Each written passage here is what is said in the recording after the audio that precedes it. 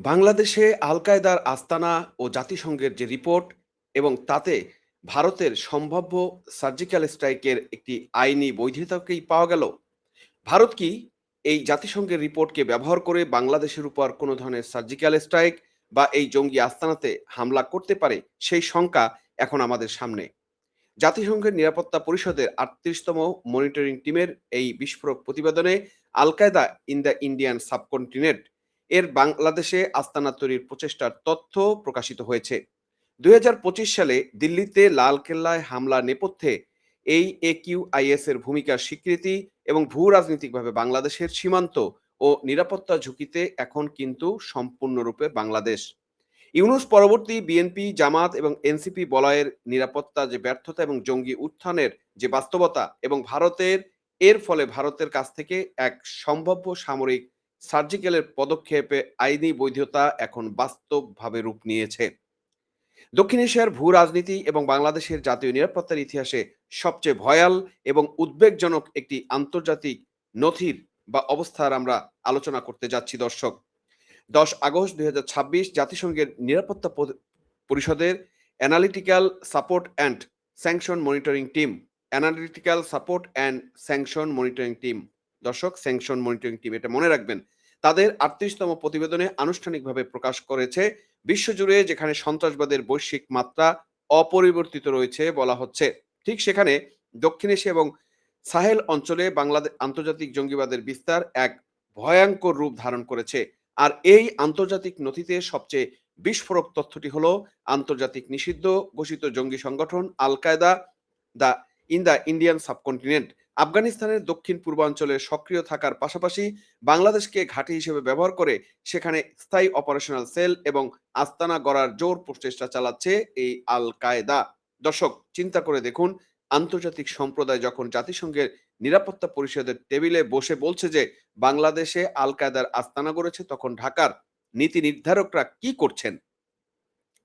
ইউনূসের শাসনামলে ভারত যখন একাধিকবার সুনির্দিষ্ট তথ্য তুলে ডসিয়ার তুলে দিয়ে সতর্ক করেছিল, তখন কোনো ব্যবস্থা নেয়নি সেই বাটপার ইউনূস। আর বর্তমান তারেক রহমানের নেতৃত্বাধীন প্রশাসন আজ চোখ বন্ধ করে বসে আছে এবং সেই জঙ্গিদেরই পাশে দাঁড়িয়ে আছে।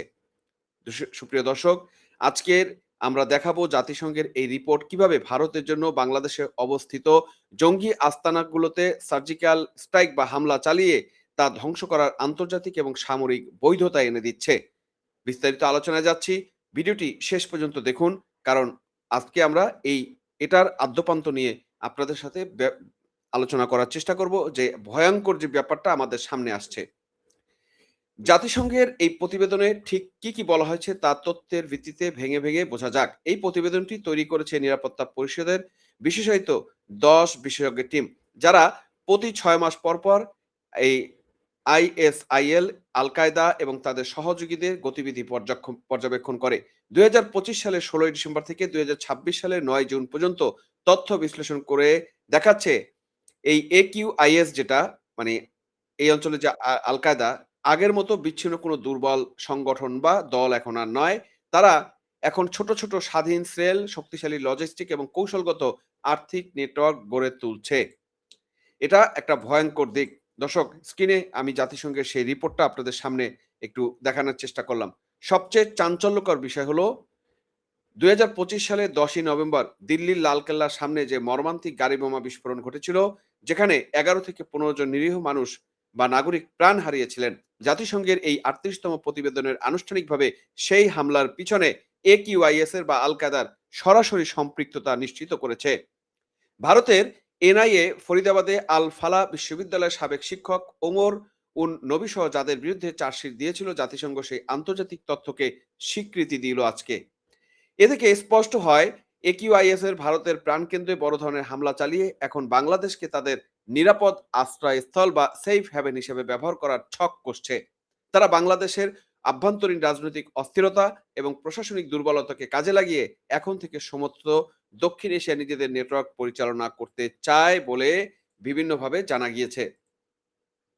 দর্শক, আপনাদের নিশ্চয়ই সেই দিল্লির লালকেল্লার হামলার কথা মনে আছে। সেখানে আপনারা দেখবেন সেই ভয়ঙ্কর হামলায় কিভাবে ম্যাচাকার হয়েছিল, কিভাবে সেখানে মানুষ হত্যাকাণ্ডে জড়িত হয়েছিল এবং কিভাবে গাড়ি-টাড়ি সবকিছু উড়ে গিয়েছিল। তার কিছু নমুনা একটা ছবি আপনাদের সামনে আছে। স্ক্রিনে আমি দেখাচ্ছি। অ্যা এভাবে তারা কিন্তু হত্যাযজ্ঞ চালিয়ে প্রায় এতগুলো মানুষকে তারা হত্যা করেছে। প্রায় ২০০ মানুষকে তারা হত্যা করেছিল। এখন প্রশ্ন হলো বাংলাদেশের এই বিপজ্জনক মোড়ে বাংলাদেশ এই যে বিপজ্জনক একটা অবস্থায় আসলো, এটা আসলে কিভাবে পৌঁছালো? ভারত একের পর এক বার্তা দিয়ে আসছিল। বাটপার ইউনূসের অন্তর্বর্তী সরকারের আমল থেকে নয়াদিল্লি বারবার সতর্ক করেছে যে বাংলাদেশে উগ্রপন্থী ও জঙ্গি সংগঠনগুলো মাথা চারা দিয়ে উঠেছে। ভারতের পক্ষ থেকে নির্দিষ্ট স্থান, নাম, তথ্যের বিশদ ডোসিয়ার তুলে দেওয়া হয়েছিল তৎকালীন নীতি নির্ধারক এনএসএ যে ছিল আমাদের বাংলাদেশে, যাকে জাতীয় নিরাপত্তা উপদেষ্টা করা হয়েছিল, সেই রজার খলিলের হাতে। কিন্তু ইউনূস সরকার কি করেছিল? তারা সেসব সতর্কবার্তাকে পাত্তাই দেয়নি। রাজনৈতিক উদ্দেশ্য প্রণোদিতভাবে বা উদ্দেশ্য প্রণোদিত বলে উড়িয়ে দিয়েছিল এবং জঙ্গিবাদের বীজকে ডালপালা মেলাতে দিচ্ছে বা তাদেরকে বিভিন্নভাবে ছড়িয়ে ছিটিয়ে বা তাদেরকে অবস্থানকে শক্তিশালী করার যে সুযোগ, সেটাকে কিন্তু এই বিএনপি ইউনূস সরকার দিয়েছে এবং পরবর্তীতে বিএনপি সরকার। আর বর্তমানে যে তারেক রহমান সরকার বা বিএনপি সরকার কি করছে? ইউনূস সরকারের সেই একই পথ ধরে তারা আজ আত্মতুষ্টিতে ভুগছে। বিএনপি, জামাত, তথাকথিত জঙ্গি সংগঠন এনসিপি যে রাজনৈতিক মেরুকরণ তৈরি করেছে, তাতে উগ্রবাদী গোষ্ঠীগুলো আইনের তোয়াক্কা না করে সুসংগঠিত হওয়ার সুবর্ণ সুযোগ পাচ্ছে। একটি দেশ যখন জাতিসংঘের নিরাপত্তা পরিষদের তালিকায় আল কায়দার ঘাঁটি গড়ার সম্ভাব্য স্থান হিসেবে চিহ্নিত হয়, তখন বুঝতে হবে রাষ্ট্রীয় নিরাপত্তা ও গোয়েন্দা ব্যবস্থা কতটা চরমভাবে ব্যর্থ হয়েছে। জামাত, এনসিপির উগ্র ভাবদার্শিক তোষণনীতি বাংলাদেশকে আন্তর্জাতিক জঙ্গিবাদের নতুন কেন্দ্রবিন্দুতে পরিণত করার ঝুঁকি তৈরি করেছে। জাতিসংঘের এই রিপোর্টের সবচেয়ে বড় ভূ রাজনৈতিক এবং সামরিক অর্থ কি, সেটা আমরা একটু বোঝার চেষ্টা করি দর্শক। সহজ কথায় বললে, জাতিসংঘের মতো নিরপেক্ষ বৈশ্বিক সংস্থা যখন দাপ্তরিকভাবে স্বীকার করে নেয় যে বাংলাদেশে একিউআইএস এর কার্যক্রম বাড়ছে এবং ভারতের সীমানার ভেতরে যেমন লালকেল্লার হামলা চালিয়ে ভারতের বাংলাদেশে আস্তানা তৈরি করছে, তখন তা আন্তর্জাতিক আইনে ভারতের জন্য সেফ ডিফেন্স বা আত্মরক্ষার অধিকার আর্টিকেল 51 ইউএন চ্যার্টার যেটা বলা হয়েছে, মানে ইউনাইটেড নেশনের যে 51 চ্যার্টার বলা হয়েছে, সেইখানে কিন্তু তারা আত্মরক্ষার যে অধিকার বা সেলফ ডিফেন্সের যে বিষয়টা রয়েছে, সেই হিসাবে কিন্তু ভারত এটাকে কাজে লাগাতে পারে। ভারত আন্তর্জাতিক দরবারে পরিষ্কার বলতে পারবে বাংলাদেশের মাটি থেকে আমাদের দেশে হামলা চালানো হয়েছে এবং বাংলাদেশের বর্তমান সরকার এই আস্তানা দমনে সম্পূর্ণ ব্যর্থ। সুতরাং আমাদের নিজস্ব সুরক্ষার জন্য আমরা বাংলাদেশে অবস্থিত উগ্রপন্থী ও একিউএস এর আস্তানাগুলোতে সার্জিক্যাল স্টাইল বা বিমান হামলা চালাতে বাধ্য হচ্ছি। এটি আর কেবল কোনো সম্ভাবনার কথা এখন কিন্তু দর্শক নয়। আমি আপনাদের বলছি যে এটা ভারতকে একটা বৈধতা দিয়েছে যে বাংলাদেশের অভ্যন্তরে যে একিউএস এর যে আস্তানা রয়েছে বা জঙ্গি আস্তানা রয়েছে, সেখানে ভারত প্রয়োজনে সার্জিক্যাল স্ট্রাইক বা বিমান হামলা করার মতো বৈধতা কিন্তু তারা পেয়ে গেছে। কোন মাধ্যমে?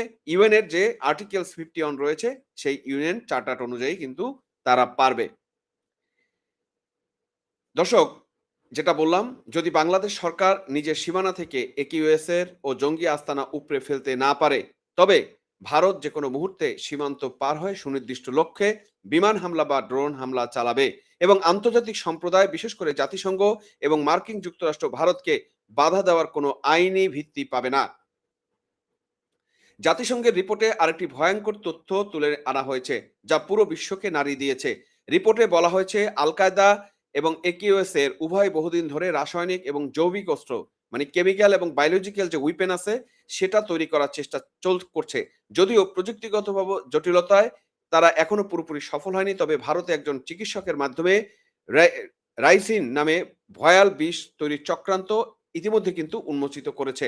চিন্তা করুন, এই ধরনের উগ্রপন্থী সেল যদি বাংলাদেশের সীমানায় তাদের আস্তানা শক্ত করতে পারে এবং যদি তারা এই ধরনের মারণাস্ত্র তৈরির সক্ষমতা অর্জন করে, তবে বাংলাদেশের অবস্থাটা কি হতে পারে? সোমালিও বা মালির মতো আফ্রিকার ধ্বংসপ্রাপ্ত রাষ্ট্রগুলোর সাথে বাংলাদেশের একই কাতারে এনে দাঁড় করিয়েছে এই নিরাপত্তা পরিষদ। দর্শক, তাহলে বুঝেন, ইউনূস এবং তারেক সরকার বাংলাদেশকে আফ্রিকার সেই সোমালিয়া এবং মালির যে কাতার অবস্থা, সেখানে আমাদের দিয়েছে। আমাদের এখন অবস্থান সুদানের কাছেও নাই। তাইলে এই ইউনূস, তারেক এবং সুদানির ফোয়া এই ওয়াকার, এরা মিলে এই বাংলাদেশটাকে একটা জঙ্গি আস্তানা বানিয়ে আজকে বাংলাদেশকে এরকম একটা দেউলিয়া রাষ্ট্রে পরিণত করার দিকে তারা নিয়ে যাচ্ছে। সাহেল অঞ্চলের মতো দক্ষিণ এশিয়া যদি চরমপন্থা তীব্র রূপ নেয়, তবে আমাদের অর্থনীতি, বৈদেশিক বাণিজ্য, পোশাক খাত এবং আন্তর্জাতিক ভাবমূর্তি সম্পূর্ণ গুড়িয়ে যাবে এবং ধ্বংস হয়ে যাবে। অথচ আমাদের দেশের ক্ষমতাসীন বিএনপি, জামাত এবং এনসিপির নেতারা রাজনীতির কাদা ছুড়োছুড়িতে ব্যস্ত। এনসিপি, জামাত ও বিএনপির এই যে সম্মিলিত ব্যর্থতা তা দেশকে এক চরম রাজনৈতিক এক চরম বিপদের মুখে ঠেলে দিয়েছে এই দেশকে। তারা জনগণের সুরক্ষার চেয়ে নিজেদের ক্ষমতার রাজনৈতিক অঙ্ক মেলাতে বেশি ব্যস্ত। জঙ্গিবাদ দমন কেবল একটি রাজনৈতিক স্লোগান নয়, এটি রাষ্ট্রের অস্তিত্ব টিকিয়ে রাখার লড়াই। ইউনূস আমলে যে অবহেলা করা শুরু হয়েছিল, তারেক সরকারের আমলে তো চরম অবহেলা রূপ নিয়েছে। ভারত যদি সত্য তথ্য এবং জাতিসংঘের আন্তর্জাতিক রিপোর্টের ভিত্তিতে বাংলাদেশের ভৌগোলিক সীমানার ভিতরে সার্জিক্যাল স্ট্রাইক বা বিমান হামলা চালায়, তবে সেই দায় সম্পূর্ণভাবে এই ব্যর্থ প্রশাসন এবং বিএনপি সরকারকে নিতে হবে। সার্বভৌমত্ব রক্ষায় কাজ না করে জঙ্গি আস্তানা গড়ে তুলতে দেওয়ার সুযোগ দেওয়াটা রাষ্ট্রের বিরুদ্ধে সবচেয়ে বড় অপরাধ হিসাবে আমরা মনে করি দর্শক। এবং সেই অপরাধটাই কিন্তু আজকে বিশ্ব বাটপার ইউনূস, জঙ্গি নেতা ইউনূস এবং এই তারেক রহমানের আরেক জঙ্গি নেতা তারেক রহমান, যে ১০ ট্রাক অস্ত্র তার ক্ষমতা আমলে ২০০১ থেকে ২০০৬ আমরা দেখেছি সারা বাংলাদেশে সিরিজ বোমা এবং জেএমবির উত্থান, ১০ ট্রাক অস্ত্র, এগুলো সব কিন্তু তারা আমলে ঘটিয়েছে এবং ২১শে আগস্ট গ্রেনেড হামলার মতো ভয়ঙ্কর ঘটনা, হত্যাকাণ্ড কিন্তু এরা ঘটিয়েছে। সুতরাং এরা এখনো সেই জঙ্গিবাদের উত্থানের পিছনে এবং বাংলাদেশকে একটি ব্যর্থ রাষ্ট্র, একটি সন্ত্রাসী রাষ্ট্রে পরিণত করার জন্য বিশ্ব বাটপার ইউনূস এবং বর্তমান তারেক রহমান সরকার যে নিবিড়ভাবে কাজ করে যাচ্ছে এই দেশকে ধ্বংস করার জন্য, তা এখন দিনের আলোর মতো হয়তোবা আপনাদের কাছে স্পষ্ট। আমার কথা আপনাদের কাছে অনেক তিতা মনে হতে পারে। যারা বিএনপি করেন তাদের কাছে তারেক রহমানকে এভাবে বলার জন্য খারাপ লাগতে পারে। বাট যে কথাটা আমি আপনাদেরকে বলছি, এটাই হচ্ছে বাস্তবতা। এটাই হচ্ছে সত্য। তারেক রহমানের কাছ থেকে এর চেয়ে আমরা মনে করেছিলাম হয়তো উনি শুদ্ধ হয়ে আসছেন। ব্রিটেনে থেকে আসছেন, বাংলাদেশে এসে হয়তো ভালো কিছু করবেন।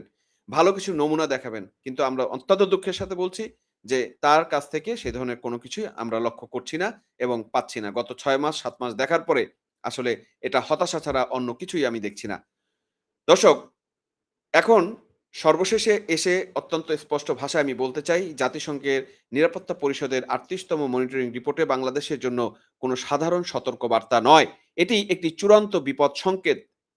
আল Qaeda in the Indian subcontinent AQIS যদি বাংলাদেশে শক্ত ঘাঁটি তৈরি করে ফেলে, তবে দেশীয় আইন শৃঙ্খলা ব্যবস্থার সাথে সীমান্ত নিরাপত্তা পুরোপুরি ভেঙে পড়বে।